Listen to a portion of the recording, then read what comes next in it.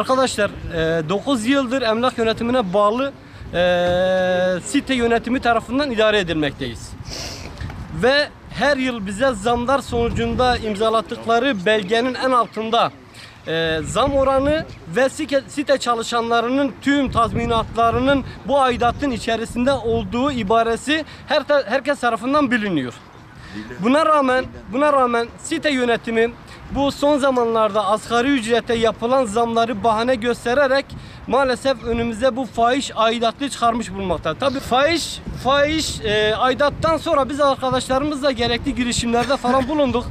Fakat maalesef emlak yönetimini yöneten ve site yönetimini yöneten kişiler çok güçlü olduğu için, yani açıkçası suyun başında olanlar çok güçlü olduğu için siyaseten de hukuken de sürekli yapmak istediğimiz şeylere engel oldular. Biz elimizden geleni yaptık ama maalesef bize kalan şu: biz göbek bağımızı kendimiz keseceğiz.